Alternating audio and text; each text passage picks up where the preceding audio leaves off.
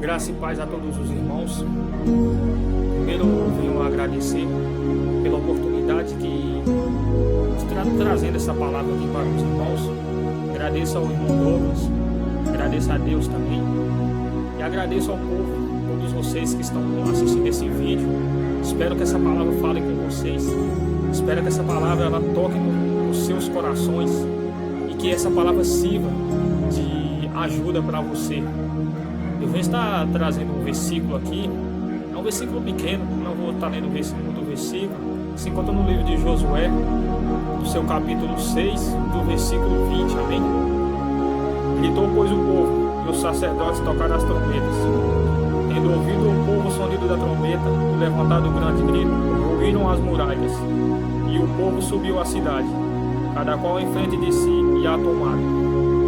Irmãos, nós sabemos que Deus ele escolhe um homem chamado Josué e ele seleciona esse homem para pegar esse povo e entregar lá na terra prometida, levar eles até lá.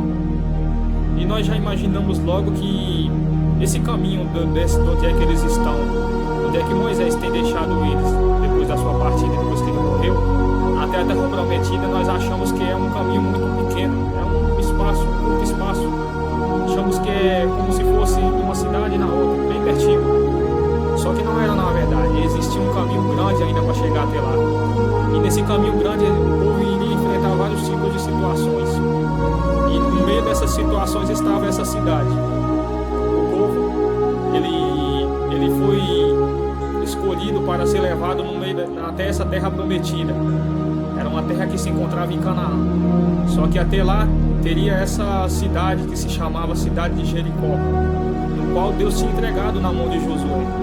Deus falou, Josué, te entreguei na sua mão essa cidade. É só você chegar lá e tomar posse. Nós vimos que Deus ele entrega essa cidade na mão de Josué. Só que na verdade Josué ele não vai chegar lá e achar a cidade vazia, a cidade já com a porta aberta, sem ninguém lá mais, só chegar e pegar todos os despojos e tomar conta daquilo que servisse para eles. Ou seja, teria um muro para enfrentar ainda. Um muro chamado muralha, que era mais que um muro, era bem maior. E também existia soldados lá dentro ainda que eles tinham que lutar. Só que aí Deus falou, não, ninguém vai precisar fazer nada. Só vão precisar apenas rodear a cidade 7 vezes. E depois ruírem com gritos e trombetas. O povo só precisava fazer isso para que a bênção deles pudesse ser alcançada. E aí esse povo começa a se empenhar, Josué começa a separar o povo e fazer o povo a começar a rondar ali a cidade. E aí chega o primeiro dia, passa o segundo, passa o terceiro, passa o quarto dia, o quinto, o sexto também, até chegar o último dia, que é o sétimo dia. E quando o povo dá a última volta, que é no sétimo dia, a última volta, aí logo já vimos que o povo já começa a pegar as buzinas ali, as trompetas ali, os sacerdotes, os levitas, e eles também com a arca da aliança atrás, porque a presença de Deus tinha que estar com eles ali. Isso também é uma mensagem profunda, porque já podemos aplicar na nossa vida. Se a presença de Deus não estiver conosco, vitória nenhuma será ganha. Ou seja, a arca da aliança tinha que estar lá. A arca da aliança era considerada como a presença de Deus. Ou seja, a arca da aliança tinha que estar lá de todo jeito. Ou então eles perderiam aquela guerra, as muralhas não iriam cair e não ia acontecer nada ali se eles não tivessem levado a Arca da Aliança. Também é bom a gente entender que a Arca da Aliança ela não significava nada se o povo se rebelasse contra Deus, se fizesse coisas de errada contra Deus, porque eles poderiam estar com a Arca da Aliança onde é que fosse. Se eles não fizessem o que Deus estava pedindo, de jeito nenhum eles teriam alcançado aquela vitória, de jeito nenhum eles teriam conquistado aquela cidade. Porque a Arca da Aliança, ela simbolizava a presença de Deus. Só que a presença de Deus, ela só estaria com aquele povo até a hora que o povo obedecesse a Deus. E aí Josué, ele acreditando, sendo um servo de Deus, e Deus usando ele, exaltando ele no meio do povo, ele se propõe ali a rodear a cidade. E ele começa a primeira, a segunda, a terceira, a quarta, a quinta volta ali, sexta, até chegar na última. E logo vimos que quando chegou na última, que eles começaram a tocar aquela trombeta, começaram a gritar ali, as muralhas começaram a ruir, as muralhas começaram ali a desmoronar, a trincar no meio ali. Os soldados com certeza lá daquela cidade de Jericó estavam confiantes naquela muralha, porque aquela muralha era o que? Era a segurança deles, era o escudo que eles tinham. aquilo ali era quase impossível você cair ali assim facilmente. Era impossível ali o inimigo conseguir derrubar uma muralha daquele tamanho. Só que eles não imaginavam que quem estava lutando não era o povo de Deus, era o próprio Deus que estava derrubando aquelas muralhas. E aí nós vimos logo as muralhas começando a cair, vimos ali muralhas começando a desmoronar, e a coragem daqueles homens de Jericó, toda aquela confiança, toda aquela braveza, tudo aquilo, aquela confiança que eles tinham ali no seu poder ali, começando a desmoronar junto com a muralha. Porque se a muralha caiu, o que poderia suportar mais se aquela muralha daquele tamanho não aguentou? E aí já vimos logo, os irmãos, toda aquela muralha que era rodeada a cidade caindo, desmoronando diante do povo de Israel. Imagine só a confiança daqueles homens que estavam ali de retaguarda de trás das muralhas ali, que era o povo de Jericó, já caindo também, todos com medo. O Deus que eles falavam que adoravam não serviram para nada.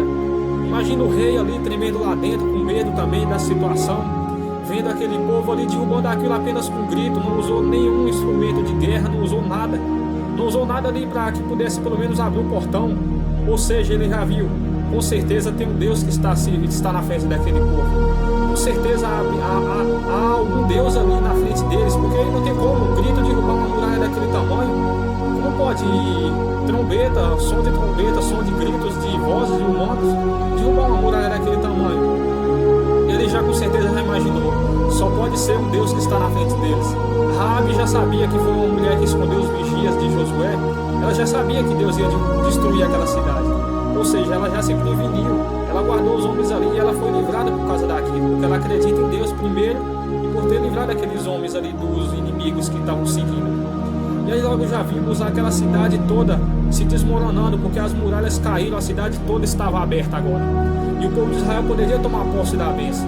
E o que é que vamos aprender com essa passagem? Se a presença de Deus não estiver na nossa vida, não tem como a gente vencer ou tomar posse mesmo das bênçãos que Deus tem feito com nossas vidas. Porque a presença de Deus ela tem que estar à frente. Assim como a presença de Deus foi na frente daquele povo e deu vitória, ela tem que ser na nossa vida também. A presença de Deus tem que existir em nossa vida. E naquele tempo, a presença de Deus era reconhecida como a Arca da Aliança. Era uma simbologia. Ela significava a presença de Deus no meio do povo. E nas nossas vidas, o que significa a presença de Deus hoje? O que significa em nossos meios ter a presença de Deus para conquistar muitas coisas? Ou seja, o Espírito Santo. O Espírito Santo significa a presença de Deus em nós. Ele simboliza não, ele mesmo é a própria presença de Deus dentro de nós. Naquele tempo a Arca da Aliança ia à frente ao povo. Hoje a presença de Deus habita dentro de nós. Nós aprendemos com aquele povo. Nós vimos ali, a Bíblia já vai nos dizer ali, que Josué ele começa a mandar o povo atacar, entrar na cidade. E o povo entra, ele saqueia tudo ali, ele mata todo mundo que está ali dentro. Nós já vimos o povo tomando posse daquelas bênçãos. As bênçãos no qual Deus tinha preparado para eles, que era destruir aquela cidade e ter a vitória sobre aquele povo. Nós vimos o impossível acontecer. Porque Deus, quando ele falou que ia dar vitória para eles, ele não estava brincando. Ele falou que ia dar vitória mesmo. E ele disse que se apenas eles cumprissem o que ele estava mandando, que aquela cidade já era deles. Como ele prometeu a Josué: Josué, te entregarei essa cidade, mas você só precisa fazer o que eu estou mandando. Ou seja, Josué foi obediente a Deus. E o povo também obedeceu. E isso foi o que Deus precisava só para fazer tudo isso. Deus ele destruiu cidades, destruiu reinos, destruiu um monte de coisas por causa da obediência que o povo tem obedecido ele. Deus ele necessita que você obedeça a ele.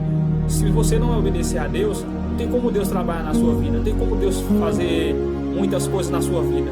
Vimos ali o exemplo de Josué.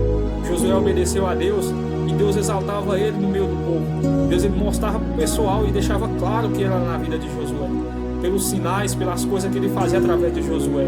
Ou seja, na nossa vida não é diferente. A obediência nossa a Deus nos leva à bênção. A obediência nossa a Deus nos leva a uma vida diferente, nos leva a sermos reconhecidos como servos de Deus, não para exaltação, mas como as pessoas vão notar que você é um servo de Deus, porque você obedece a Ele. E Deus ele só precisa disso, que você obedeça a Ele, o resto Ele cuida. Ele cuidou daquela muralha, Ele cuidou de dar vitória àquele povo. O povo só precisava obedecer, só precisava ali estar fazendo o que Deus pediu, mais nada. Creio eu que os soldados já desembanharam ali as espadas, já queriam preparar ali já para a guerra, para pular o muro, arrumar cordas ali para saltar aquela muralha. Mas só que não foi o que aconteceu, porque Deus não queria aquilo. Deus queria mostrar para o povo que a obediência deles ao que ele tinha pedido era o que demonstrava que ele fazia tudo. O povo só precisava obedecer ele, só precisava fazer o que ele pedia, e o resto ele cuidava. Vimos logo ali o povo tomando posse daquela cidade. Vimos o povo ali invadindo tudo, matando todos aqueles e tendo mais uma vitória dada por Deus. Ou seja, Deus honrou aquele povo naquele dia. Deus ele vai te honrar também. Deus ele vai te dar vitória no dia que você obedecer ele. Deus ele só precisa que você obedeça a ele. Obedeça o que ele está te pedindo, porque Deus ele sabe o que é o melhor para você. Deus ele soube dar o melhor para aquele povo. E aquilo não era nem o que Deus tinha para ele tudo ainda, porque ainda esperava ele a terra prometida. Ou seja, nas nossas vidas, essa Jericó era assim como se fosse uma bênção nas nossas vidas. Jericó é uma bênção na sua vida também. É uma bênção que Deus tem reservado para você. Só precisa que você obedeça a ele, faça o que ele pediu. Nós também vimos o exemplo de Jesus Cristo ali, fazendo muitos sinais e maravilhas com os discípulos ali, depois que a descida do Espírito Santo ali. Mas por que aquilo acontecia? Porque eles obedeceram a Deus. Jesus pediu eles para esperar ali em Jerusalém, até que do alto eles sejam revestidos. Eles esperaram mesmo e foram revestidos de poder. E eles foram exaltados ali, foram exaltados pelo próprio Deus. As pessoas reconheciam que eles tinham, que Deus era na vida deles. Assim como Deus é na vida de cada um de nós que se decidir, que se propor a obedecer a Deus, a fazer o que Ele pede, a seguir seus mandamentos, a cumprir o que a palavra dele pede. Se nós obedecemos a Deus, que nem a palavra dele mesmo diz, comeremos o melhor dessa terra, seremos abençoados, seremos diferentes, não seremos envergonhados de modo nenhum. Deus ele tem um zelo grande pela vida nossa. Ele precisa só apenas que a gente obedeça a Ele, para que a bênção dele possa chegar em nossas vidas. Aquele dia, a bênção daquele povo era Jericó, era ter vitória sobre aquela cidade de Jericó. Era Deus derrubar aquelas muralhas e eles tomar posse. Ou seja, Deus abençoou eles naquele dia, pela obediência deles, de ninguém ter duvidado do que Deus falou, de ninguém ter duvidado diante daquelas muralhas, acreditar que um grito deles e o barulho das trombetas poderiam derrubar aquilo. Mas o povo de bom coração e acreditando mesmo, rodearam a cidade e tomaram posse da sua bênção. Que você possa fazer a mesma coisa também na presença de Deus. Que você possa fazer a mesma coisa que aquele povo fez. Rodie a sua bênção. Creia em Deus, creia que Deus vai fazer todas as coisas. Só apenas creia nele, que nele mesmo falou com uma certa passagem no Novo Testamento que ele fala: apenas creia e verá a glória de Deus. E lembrei dessa passagem agora. Marta e Maria preocupada com Lázaro que teria morrido. Marta e Maria estaria chorando, estaria ali achando que já não tinha mais jeito, porque já era muito tempo que ele estava enterrado ali, que ele estava naquela tumba. Já estava em decomposição, já estava fedendo. Mas Jesus falou assim: apenas creia e verá a glória de Deus. Aquele povo viu a glória de Deus, eles creram e tomaram posse da sua bênção. Que você possa fazer a mesma coisa, pois aquele povo naquele tempo tomaram posse da bênção dele, mas serviram de exemplo para nós hoje. Que você possa fazer o mesmo, para que você consiga alcançar a sua bênção na presença de Deus, e que você possa ser um homem notável, que Deus é na sua vida, uma mulher notável, uma mulher cheia do Espírito Santo, um homem usado por Deus, vasos de Deus. Amém? E agradeço a minha oportunidade e que todos fiquem na paz.